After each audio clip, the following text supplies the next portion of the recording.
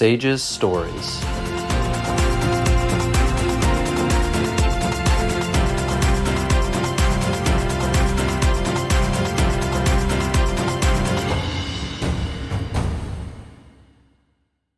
Welcome to today's episode of SAGES Stories, the official podcast of SAGES, the Society of American Gastrointestinal and Endoscopic Surgeons.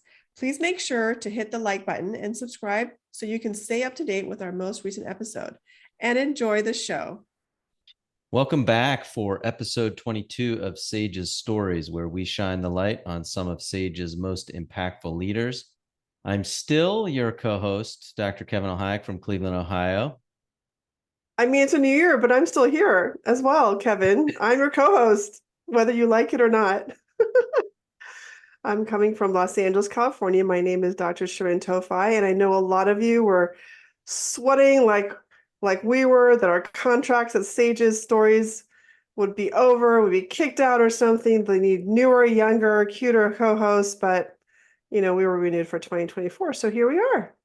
And that was close. It was in the 11th hour, and I know my agent was a bit aggressive, but I'm glad we could keep the team together, and I hope we make SAGES proud as we move into the 4th calendar year of the podcast. It's just kind of crazy to think about. That's Editor's note, there was no one else who wanted to do it. That's because of my help. My Hollywood agent really definitely kept us going. They know what they're doing.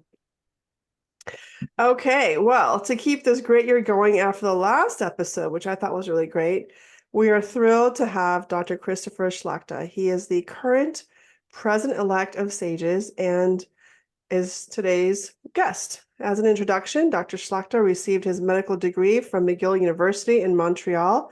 I almost went there, by the way. We could have been classmates.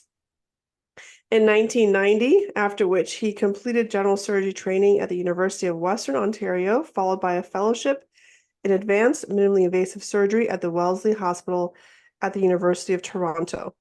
Today, Dr. Schlachta wears many professional hats at his institution. First, he is a professor of the Department of Surgery and the Department of Oncology at the Schulich School of Medicine and Dentistry at Western University. He is also Chief of Surgery at the University Hospital Site, London Health Sciences Centre in Ontario, Canada. 2 additional hats, because, lots of hats here, include being Medical Director of CSTAR, which stands for the Canadian Surgical Technologies and Advanced Robotics, and the Program Director of the Advanced GI and Minimally Invasive Surgery Fellowship, also at London Health Sciences Centre in London, Ontario. Like many of our guests, his list of honors and awards, several pages long, not as long as Kevin and mine. Ours are very short, much longer than Kevin and mine's. Ours are very short. And when you put ours together, we still don't quite get there. This is true. And we will certainly dive into some of these great accomplishments during the show. Hopefully we can learn something out of it. So we're very privileged to have you. I'm calling you Chris. Is that okay? That is absolutely okay, and I'm thrilled to be here. Thanks for having me. Perfect. Yeah, I'm really glad we finally pinned you down, and I know it's a late hour for those of us on the Eastern Standard Time, but we want to thank you in advance for making this work. Yes. We always like to start just with letting our guests do a little free form. Tell us a little bit about yourself with answers to a few questions like, where did you grow up? What were some key turning points along your journey? And will the U.S. ever be as good as Canada in hockey, for example? Oh. We'll start with the last one. The answer to that is not a chance. But no. So I moved around a lot as a kid. I was born in Montreal, so I'm a Montrealer by birth. Je viens de Montréal, and I still identify that as being home. But we moved around a lot, and not because of. People say, was your father in the military or something? It was, I think he just couldn't decide what he wanted to do for a living. So moved from Montreal to Toronto, from Toronto to St. Louis, Missouri for a while when I was very young. Lived in Westport, Connecticut for a while when I was young, I think until about grade 3, at which point we moved back to Montreal again, which was a remarkable transition because, the formative years of my life were playing Little League baseball and not hockey, like most Canadians. And I remember learning about the Minutemen and the Redcoats.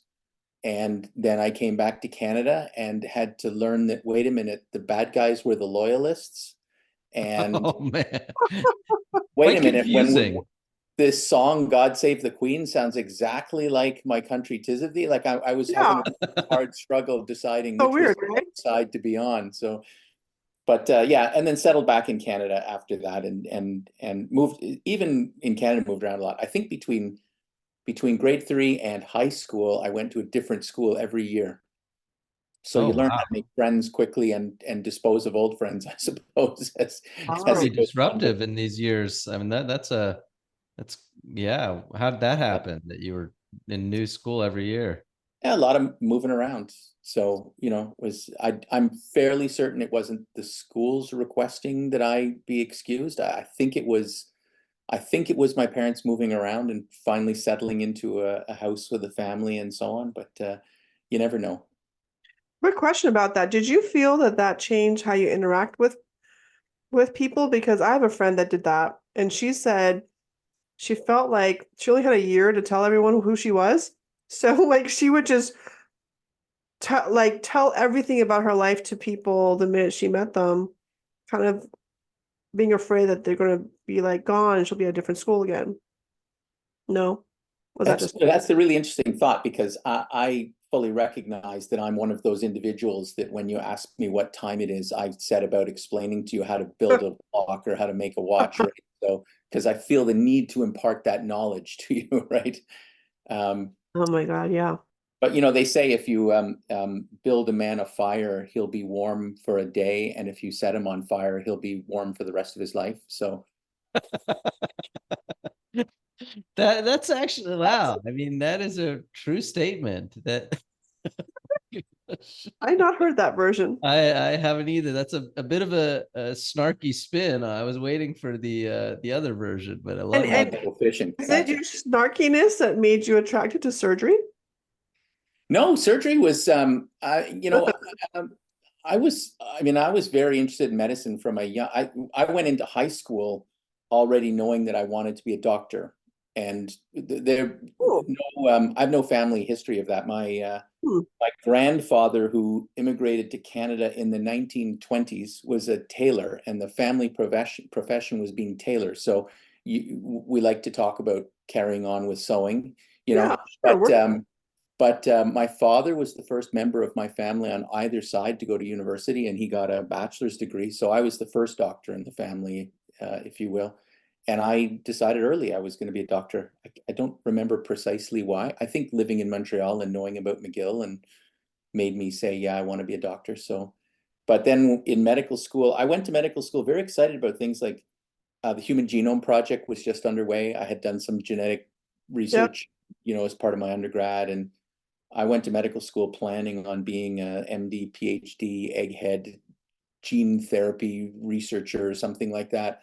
And my very early exposure in medical school was that the coolest kids in town were the surgeons.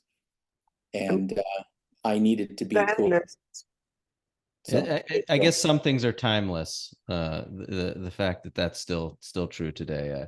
We're not biased at all in that it's an regard. international law. Absolutely. the only thing cooler than being a surgeon is being a SAGES surgeon. That's right. That's right. Did That's you have any early mentors that kind of guided you as you changed your path to surgery? Yeah, it's a good question. There were a few. Probably the most interesting one in the early days, because when I was in, I think it was first or second year medical school, they try to integrate you to the hospital. We had a program called Introduction to the Patient. It was the first ITP acronym that I learned, and then other crushing versions of that came later on. But um, when I would go to the operating room and watch surgery, we got to do that a few times. We saw a lot of what we all remember historically as being some sort of bad behavior, a lot of very aggressive surgeons, a lot of intimidation going on, throwing of instruments, all the historical stuff that people hear about that hopefully doesn't exist anymore. yeah. And I remember one day getting a chance to go to the endoscopy suite and see them doing this cool flexible endoscopy thing, which reminded me of a National Geographic episode I'd once seen on TV when I was a kid. And the endoscopist who was scoping that day was apparently a surgeon, but didn't behave like a surgeon at all. They were kind, they were answering questions, they were engaging with me, and I was like, whoa, who is this person? That person was Jerry Fried, who we all Oh, know really well. That's, So that was my yes. first introduction to a surgeon who Wow. was a real human being. So Wow.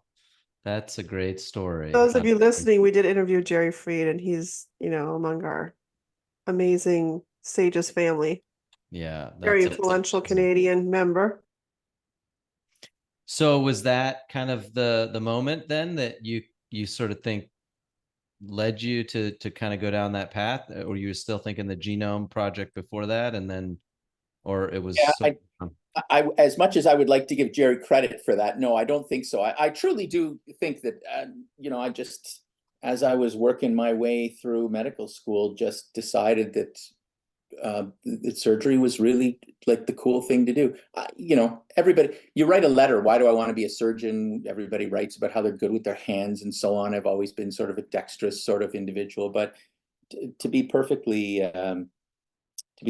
honest with you, I just wanted to be cool. I just wanted to be a member of that club. They just seemed like such an interesting group of people. And you fix people. Prescribing medications and following up in 2 months to see if their blood pressures come down. You fix them. So Yeah. I really like that aspect of it. So. And how did your clinical practice evolve throughout the years? Like when you first started versus the kind of operations and work that you do in a typical week now? Well, it's changed a lot over the years. So the first thing is, when I graduated from my general surgery training, I, went and did a fellowship, and so when I was an intern at the Toronto General Hospital, I was struggling with deciding what I wanted to be. In med school, I wanted to be a neurosurgeon. I wanted to be a brain surgeon, neurosurgeon. I wanted to say I was a brain surgeon. I'm not sure I wanted to be one. And I did an elective in neurosurgery and very quickly discovered that I didn't want to be one. Decided that I was interested in orthopedic surgery. Then I went through a phase of wanting to be a plastic surgeon and do hand surgery. And then one day, as an intern at the Toronto General Hospital, I went to the operating room, and two of our senior hepatobiliary surgeons, Bryce Taylor and Paul Gregg were their names, very accomplished and well known in the University of Toronto. They were operating on a patient's gallbladder, and the lights were out, and there was like 30 people in the room, and I got to hold the camera for them. And I remember at one point they were taking an instrument out and putting an instrument back in again. And so I just instinctively pulled the camera back to give them the wide angle view and then zoomed the camera back in again. And I remember Bryce looking at Paul saying, "Did you see what he just did there? We should write a paper on that." Because it was the very early, and that was an epiphany, not that act, but that day I said, wow, once again, perhaps there's some personal insecurity here, but motivated by wanting to be the cool kid, I said, I'm going to do laparoscopy. This is what I got to do, is be a laparoscopic surgeon. But it's also and that led to my fellowship, and that led to my early practice. It's also the instinct. I don't know about you guys, but the residents we have do so much robotic surgery, they forgot the art of like holding a camera laparoscopically. Yeah, that's for sure. we're gonna touch on that in a second too, because I notice robotic is something that you've definitely gone down and continued to investigate. But I have a quick question about your evolution. You've done a lot, and you've definitely had a broad exposure to different operations. I always like to know what a surgeon's favorite operation is. So what's your favorite operation? So at the risk of telling you how to build a watch, right now I would say my favorite operation that I do is the Roux-Y gastric bypass. Okay. But I got to tell you, prior to that, I would say that my original favorite operation was a laparoscopic donor nephrectomy. Okay. That's very early in my career. For transplant. As a Yeah, for transplant. Yeah, circa 1999, I think. Mm-hmm. My mentors were Eric Poulin, the late Eric Poulin, after which there is a named lecture at the Canadian Surgery Forum every year, and Joe Mamatza, who's still working in Ottawa, if I'm correct. They decided that we needed to do this donor nephrectomy thing. They were very avant-garde, minimally invasive surgeons. They were on the leading edge of everything in the 1990s. And so we got to do this donor nephrectomy. And so Joe started the program and I was the tag along. But one of the things I liked about that operation was two things. One was it was such elegant surgery. It was an operation that you could aspire to do it perfectly. You know, you go to do it wasn't an operation that was messy. It was a surgery that I wanted to be able to say, look, I did the perfect nephrectomy. And it was also, I'm sorry, but it was also, we did them typically on a morning when the residents were off at teaching. So it was like the only surgery I got to do myself. So I mean, that made it a favorite. But the reason why I love the Roux gastric bypass now is because it's another operation. The way we do it is with a lot of free needle suturing. And we teach our fellows and our residents. We pride ourselves on graduating residents and fellows that can sew laparoscopically. And that's an operation that I'm still striving to do the perfect bypass. So that's the Taylor route in you. That must be, yeah. Yeah. Well, thank you for that answer, because Kevin and I had a bet as to what your answer would be, and he said it was going to be splenectomy. So I thought it was going to be. Yeah, I thought it was going to be splenectomy, given how much you've written about and all the work you've done. And so, I mean, we don't often go clinically on this, but I think we can do that. And we were going to ask when you consider splenic artery embolization prior to splenectomy these days. What's changed in splenectomy? Well, I don't do as much anymore, but that was all the influence of my mentors in the early days. But, the splenic artery embolization was the invention of Poulin and Mamatsa. And, that was in the very early days when we were fearful about bleeding, right? And the fear about loss of control. And, I think we learned in the early days, they learned in the early days that the embolization caused the patient so much pain, it actually prolonged their hospital stay. So certainly we've backed away from that now. Even if I do a giant spleen now, I don't, it's been decades since I've embolized somebody preoperative. Did you ever read the article by Dr. Leon Morgenstern? He was a big spleen guy, former chairman at my hospital, Cedars-Sinai, called The Shaw's Spleen. Did you ever read that article? I'm embarrassed to say I have not. Send it to you. I need to read It's a historic one about the Shah and his spleen and why he died and all that of Iran. So it's kind of a cool, if you like the spleen, it's kind of a cool story. If you send it, I would love to read that. Yeah, I'll email it to you. It's pretty cool. Okay, so Kevin, you owe me dinner in Cleveland. Well, wait a minute. What did you predict? Yeah, what did you predict, Sharon? I didn't predict anything. So I still owe her dinner. See that? Spleen wasn't a bad guess. I mean, that's an operation that you can also strive to do perfectly, right? I mean, it's very close to a donor nephrectomy in many respects. I mean, it's right there. So many a time I've taken out a spleen and said, whoops, that's not going to do. Yeah.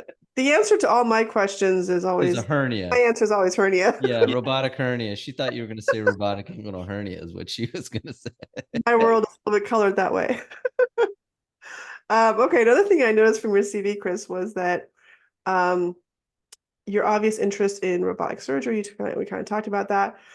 So, like I mentioned earlier, we're doing so much robotic surgery that I feel that since I do a lot of laparoscopy still, I kind of like try and keep it true. I'm kind of like OG. So the residents don't know how to handle the camera, like a 30-degree scope to them is like, I have to teach them like I would teach a medical student sometimes. What's your take on that? What do you think about the future of training residents? Are you worried about resource limited environments?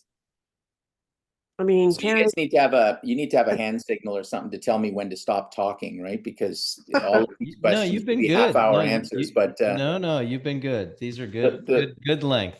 The first thing I will say is the whole fear about lost skills, right? I mean, I remember in my Toronto days, which is going back some time when I was at St. Michael's Hospital in Toronto, I remember residents would when they heard we were going to be doing an open cholecystectomy, would line up to get involved in the case because they wanted to see an open cholecystectomy. And Yeah. people would say, wow, you're doing them all laparoscopically now. How is a resident ever going to do an open chole when the time comes? And my response to that is always, wow, how is somebody ever going to ride a horse? We've been driving cars for so many years, I mean, so. I don't know how to ride a horse.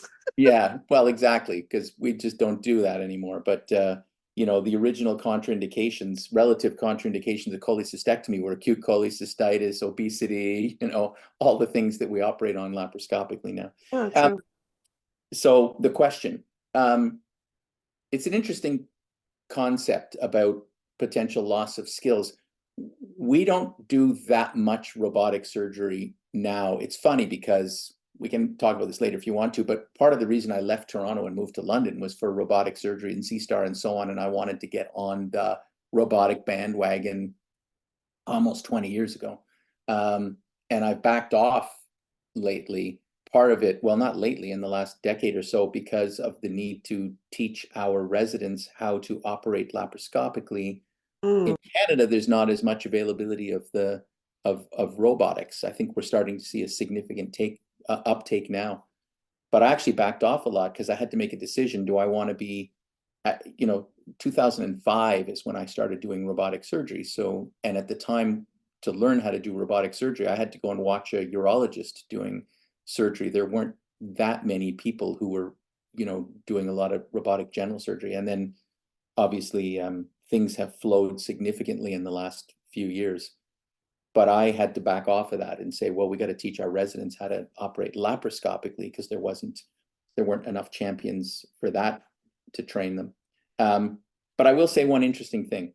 When we interview our fellows for our fellowship now, we interview a Canadian applicant. They want to know how much console time they're going to get and how much robotic training they're going to get because they're really excited about wanting to learn how to use the robot.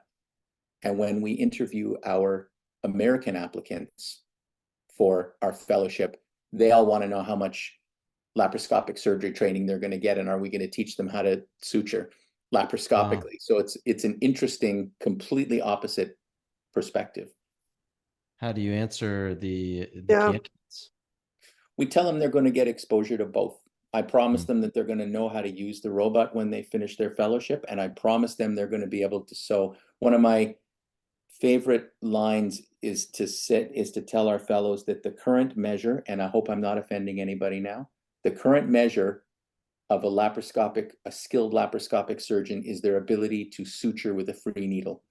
Yeah. That to me is the metric. For sure. I would agree. And I tell them you're going to be a suturing wizard when you're finished, and you may want to use a robot, and we can talk about that. I think that's the future, but we're going to make sure you can do it laparoscopically first. Yeah, that's where the gastric bypass comes into place. Yeah. Lots of suturing, laparoscopically. Well, that's great that you kind of have that perspective on both sides of the border, and certainly you've been very involved in societies both in Canada and now with the SAGES, being the president, and obviously spent time growing up here a little bit. So as you take on the role of the president-elect, and we'll talk a little bit more about that as well later, but what are some of the issues that exist, for both countries, and then maybe some that are unique? You mentioned one about access to robot, but some other issues that are maybe different between the two countries. Well, I think the most obvious answer, first of all, is we share a lot of commonalities, right? And we share a lot of concerns about diversity and equity and inclusion. The green initiative that Pat Silla has really thrust us into this year is something that we share across the border quite a bit. It's interesting. I was having a conversation with Eric Wilson recently, who does a brilliant job of the STTS symposium as a part of our innovation weekend. And he was asking me what my favorite trocar was. I hope I didn't just ruin part of his program. And I said, I like to use this reusable trocar. And nice. Being lauded for using reusable trocars because we're not wasting all that plastic. And it's so, I had to say, well, I mean, I'm thrilled that people want to apply that perspective, but the reality is that we're cheap. We can't afford to keep using disposable trocars. So we've been using reusable trocars forever, just simply from a financial perspective. So healthcare resources is an issue on both sides of the border. Surgical wait lists are an issue on both sides of the border. You know, the introduction of technology is something that's been quite a bit harder on the Canadian front than on the American side. You guys are driven by different factors in your healthcare system, and the widespread adoption of robotics. I think there's a lot that's going to be said about that someday, about how that advanced at the accelerated pace that it has. It has advanced much more slowly in Canada, but we are catching up. So I think those are probably some of the issues. Pretty impressive that robotic technology can expand so quickly, even in like a, you know, socialist healthcare system. It's so expensive. Yeah, we And like to, of course, I'm sorry, finish your point. See, I just jumped in there with enthusiasm. Go ahead.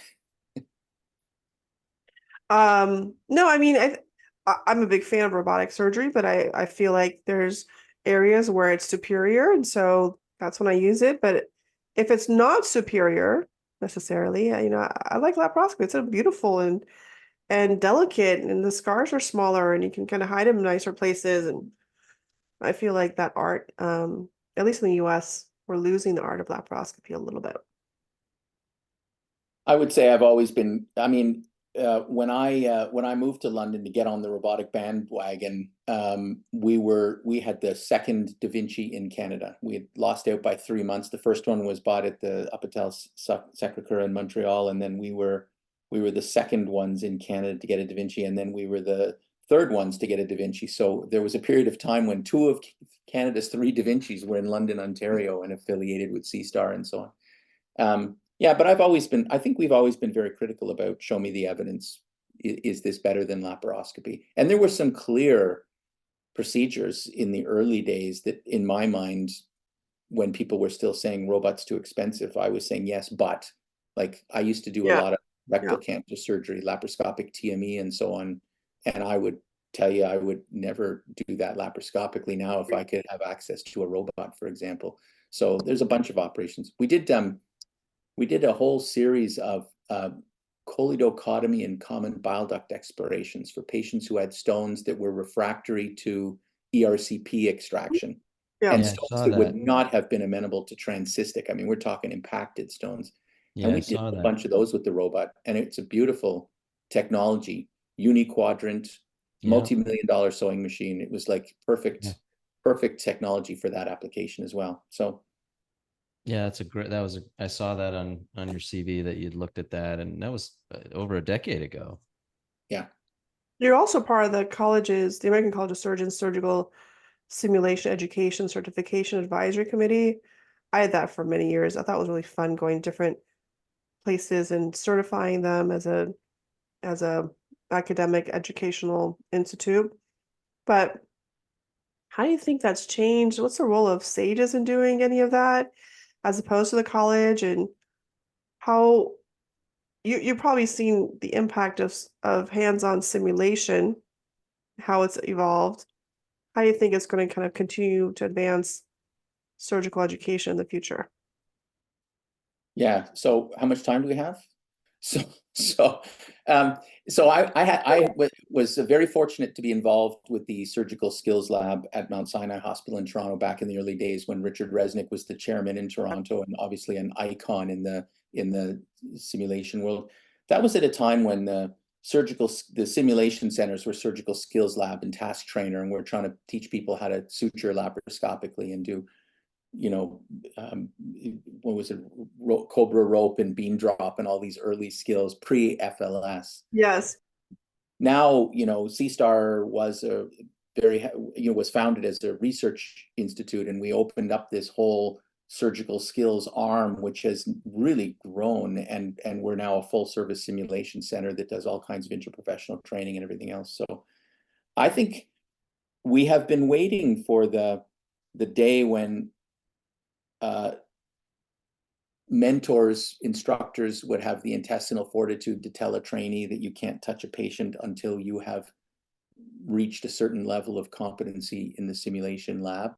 I think we're starting to see some variable adoption of that, but Mhm. I think we're going to see, as we start moving forward now in the world of mediated reality, and we've got augmented reality. I think the Apple Vision Pro, I have no proprietary interests or shares or anything, but I think this, if that technology takes off in the way that it should, I think that's going to have a profound impact in the augmented reality world, and all of the potential that that brings with being able to train residents in increasingly high fidelity situations.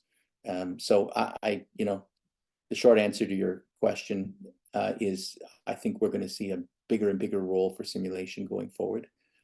And SAGES has been there since the Yeah. beginning. I mean, you look at FLS and FES and Yeah. FUSE and all of these fundamental programs. SAGES took the concerns about safe COLI very seriously and really established ourselves. Let's give the people credit that's due, established themselves as Yes. global leaders in the safe introduction of laparoscopic surgery and now surgical technology. In your work with this committee, I'm sure the topic of standardization has come up. What are some, quick hitters for improving standardization of simulation programs? Because I think that's probably one of the areas that is just challenging given the different locations, the different resources available. I mean, you go to a place like University of Michigan and it's so robust, the curriculum and the program, and then you have a smaller program that just doesn't have the manpower or the equipment to do it. How do you move the needle? Well, I'll pretend to have some expertise, which I don't, but since you're asking me the question, I would say the most important thing is having committed individuals that are enthusiastic about training and doing the best with the facilities that they have. We've gone through accreditation. We're an AEI, Accredited Education Institute of the American College. Our sim center is accredited by the Royal College in Canada as well. And I got to tell you, every time you go through one of these accreditations, it's such a onerous process. And you look at the standards they're asking you to address, and you're like, how can I possibly know what my unrecognized needs are if I can't recognize them? Like you're just pulling your hair out going, how am I going to do it? And there's a fair bit of cursing and swearing and vowing to never talk to these people again, as you're working your way through the process. But you come out at the end of it with a much better program. Like, it's incredible how much you actually learn about developing and making a much better program. But it all comes down to having enthusiastic educators. I mean, there's no way. I mean, who knows? We'll see what AI does. But as it stands right now, the fundamental that every simulation program needs is to have somebody who enjoys teaching and wants to be the person that puts that curriculum together and engages with the program. So I have a question about that. Who pays for the surgical educators? Is that funding always readily available? Because in the US, it's very hard to get funding for a non-clinical person, right? Someone who teaches all the time. Is that a similar challenge in Canada? yeah, no, in Canada, everybody gets a basic guaranteed income. And so, no, that's a joke. No, that's an ongoing challenge for every program, is how do you Yeah. buy your time? And Yeah. I don't think our challenges are any different than yours. If we're going to really do an us versus them on this topic, it's, No. that's why you need somebody who's enthusiastic and committed, because Yes.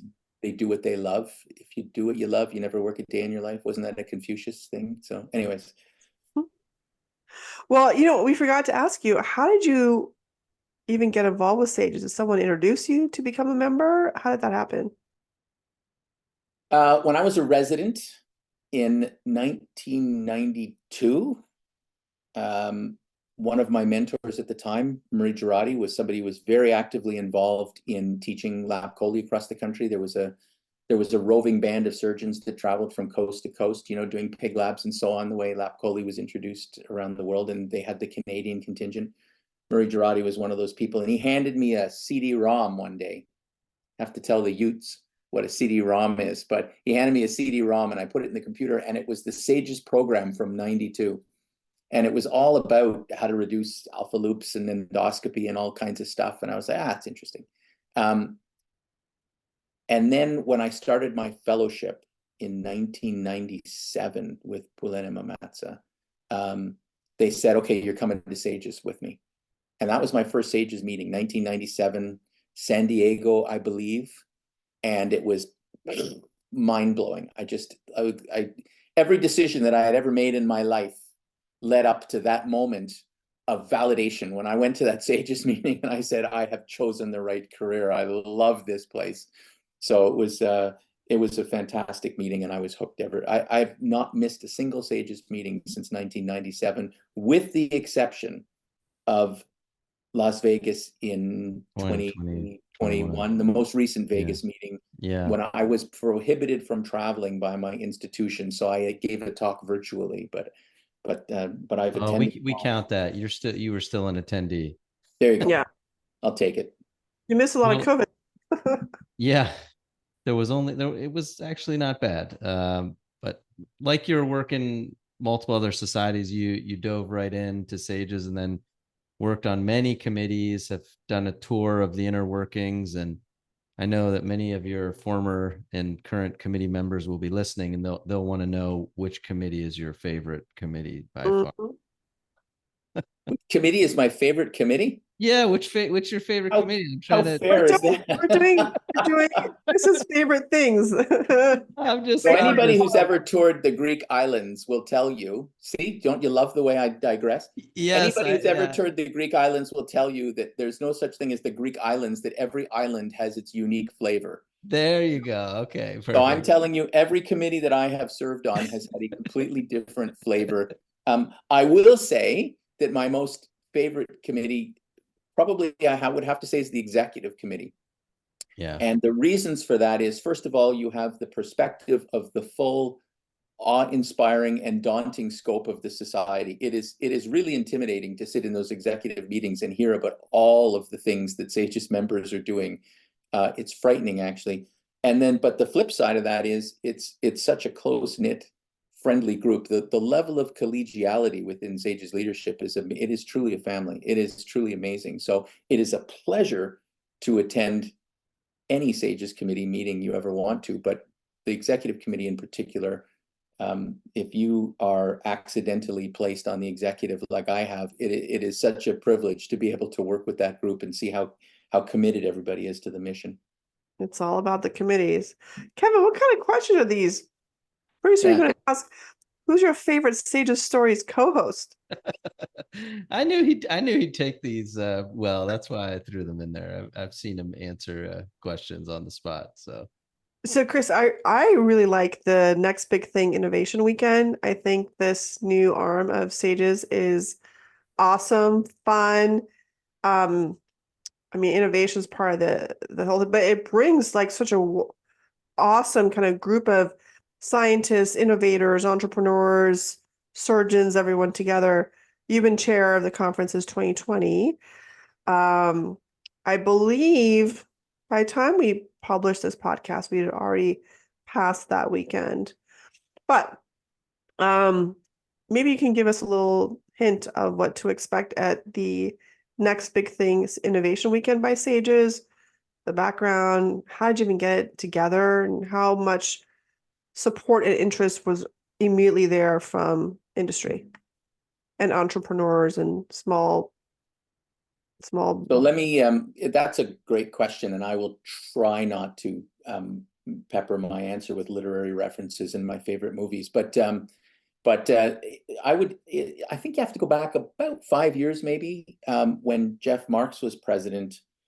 At the leadership retreat that year, they held a session called, I think they called it the Next Big Thing. It was a one of their breakout groups, and that group was charged with trying to talk about what is going to be the next big thing for SAGES. We've been talking about that for a while, and the mood at the time was that perhaps we had gotten away from being on the cutting edge of innovation and weren't seen anymore as the innovation society. And so they asked me if I would take on this responsibility, create this technology council and take on this responsibility of saying, how can we reestablish SAGES as being the go-to for leading edge stuff? And the very last meeting that I attended before this little virus thing started spreading around the world was our first NBT weekend. But that wasn't the same as it is now. That was actually a retreat where we had, attendees from industry and surgeons and so on, and we had breakout groups.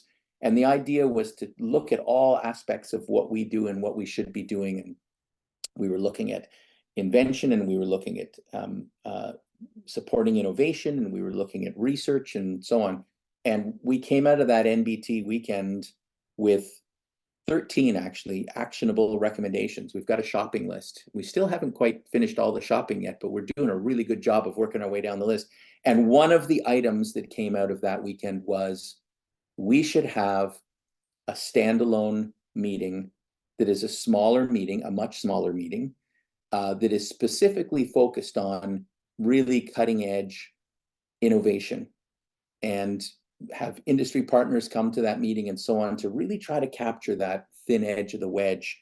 And the answer to the big picture about what is the next big thing is the whole next big thing process, right? To say we're not going to hang our coat on one operation, but we're now saying the next big thing is to actually be open and nimble and really focused on that leading edge.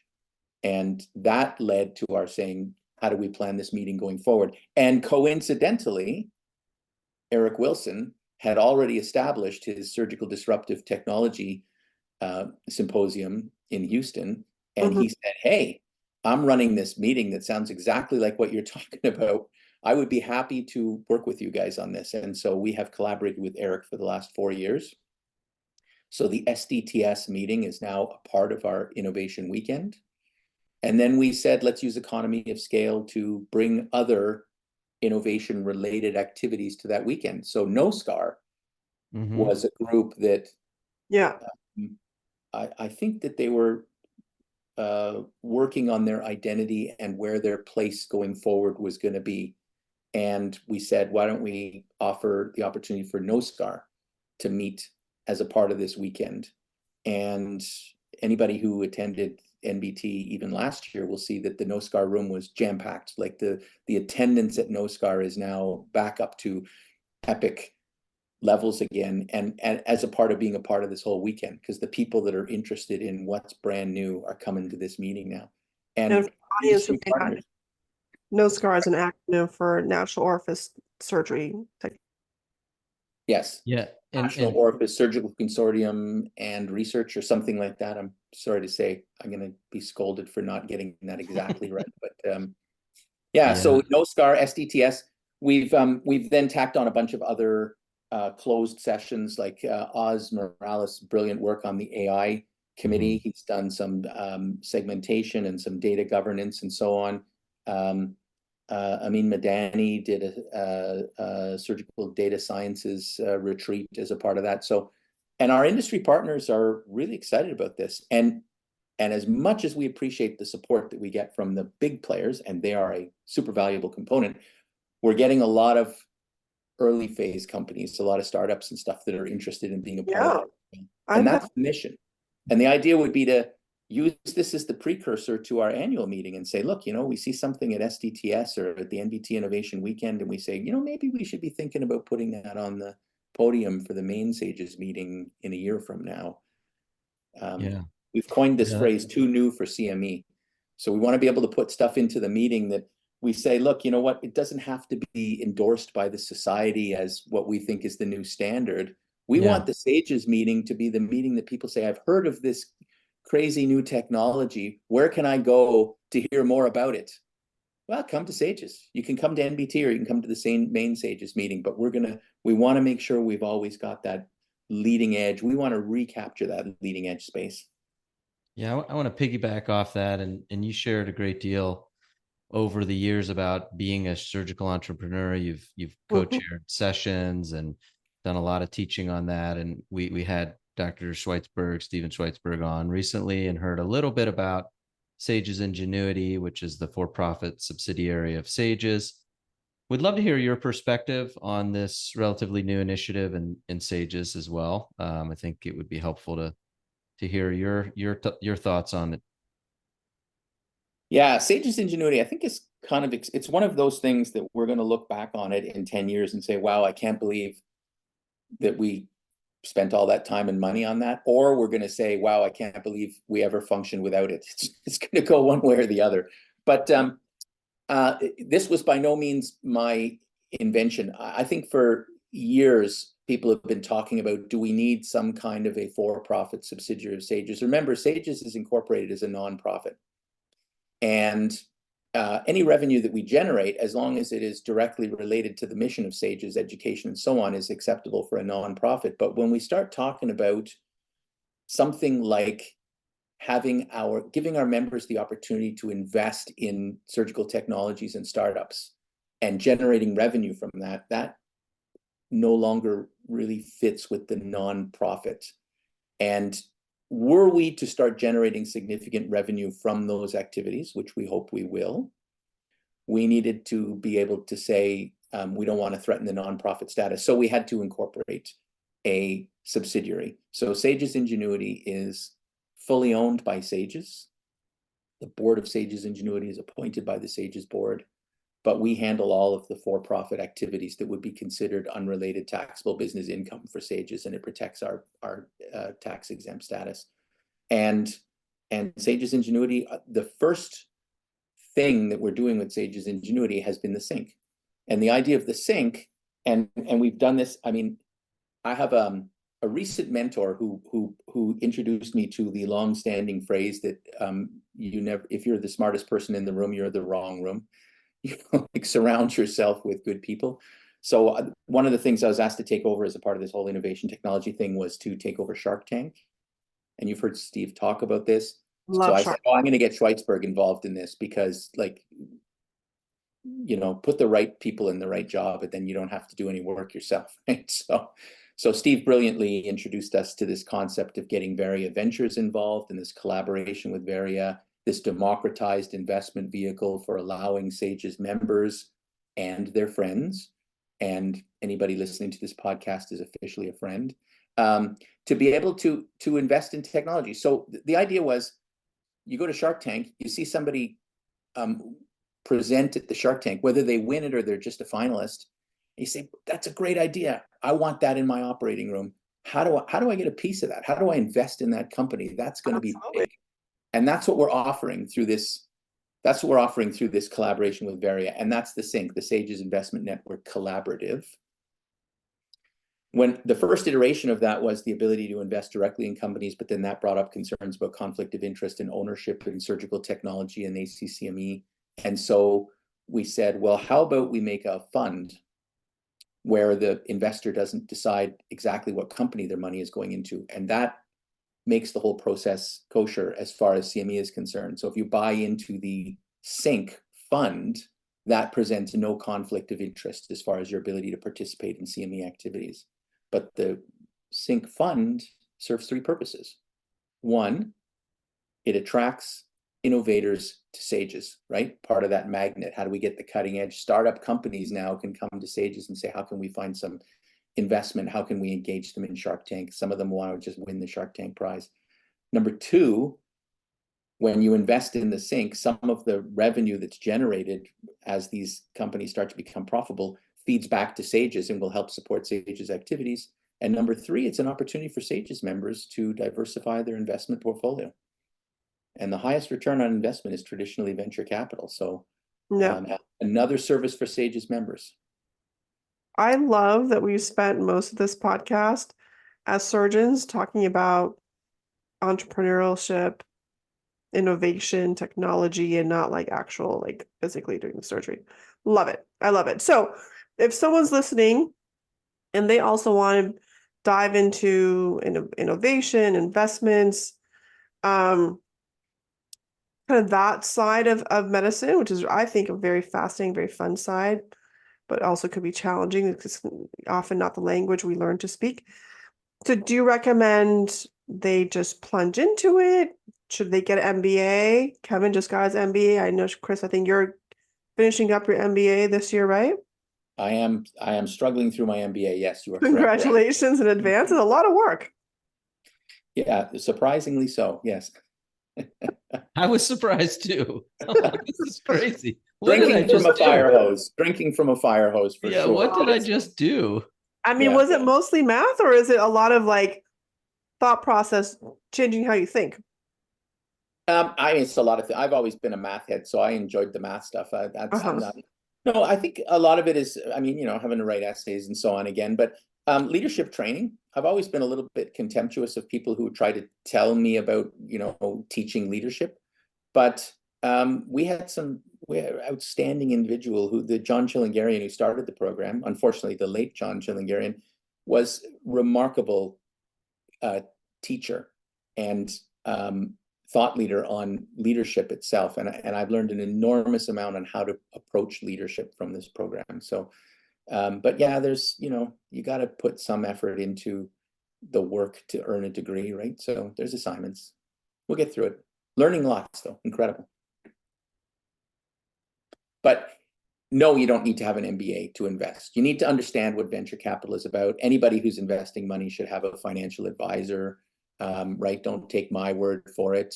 But if you're interested in getting into that space, we try to offer sessions at the SAGES meeting. We've had entrepreneurism sessions. And this year, one of the new things we're doing on the surgical entrepreneur side is Dan Azaguri is going to be running a program on the early innovator.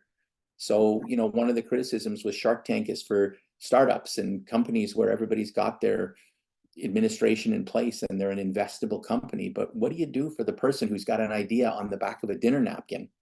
First of all, you have to pay for that napkin because times are tight and the restaurant needs their napkin back. But secondly, our hope would be that this session would be the kind of thing where you show up with your dinner napkin.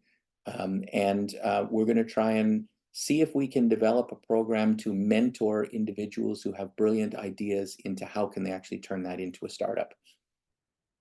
Wow, that's great. I think I'm going to go back and listen to Steve's portion about this and yours as well. It just really, I think, gives us a nice perspective of the other opportunities that SAGES offers outside of just clinical expertise. We are nearing the golden hour, knowing that you and I probably have early morning cases. Sharon is a little 3 hours behind us, so she's wide awake and about to Oh go yeah, to bed. But I can go. we should get some lighter answers from you, change the tune a little bit. So maybe tell us a little bit about your family. Oh, my family are the best. They're so supportive of me. They put up with all my idiosyncrasies. I've been married for some time. I'm not allowed to disclose how long that is. My wife, Mary Lynn, has been a brilliant supporter and champion of mine since the beginning. She herself is very accomplished. She's a nurse, but she was a nurse practitioner and a nursing administrator and looking at very senior leadership roles within the hospital system at the time that we started our family. And she committed herself to raising our boys.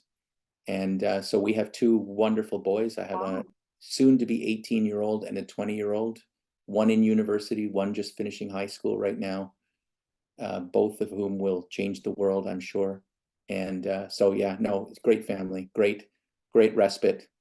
Whenever you start to question your decisions in life, you just need to have dinner with your family, hug your boys. I have a thing with one of my boys that every time he gives me a hug, it adds years to my life. I got to tell you, it's amazing the fantastic comfort that I get from these meaningful hugs. I would recommend you try that with all your children. Do you have any pets? We have a dog.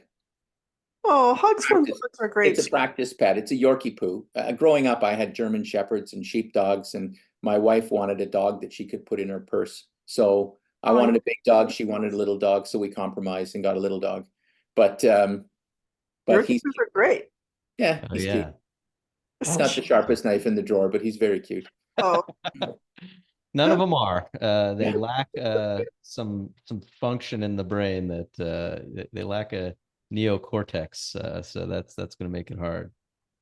Well, we'd certainly be remiss not to not include our favorite segment. I'm sure you've been waiting for this, which is the "We Are the Sages" segment. And in this one, sing it, everybody.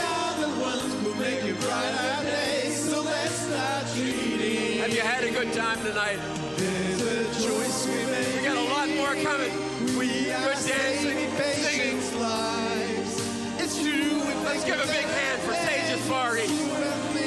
big hand. One, we want to hear you describe your favorite SAGES moment. Now, this could be at a national meeting. It could be any moment that comes to your head when you think of We Are the SAGES segment. Favorite SAGES moment.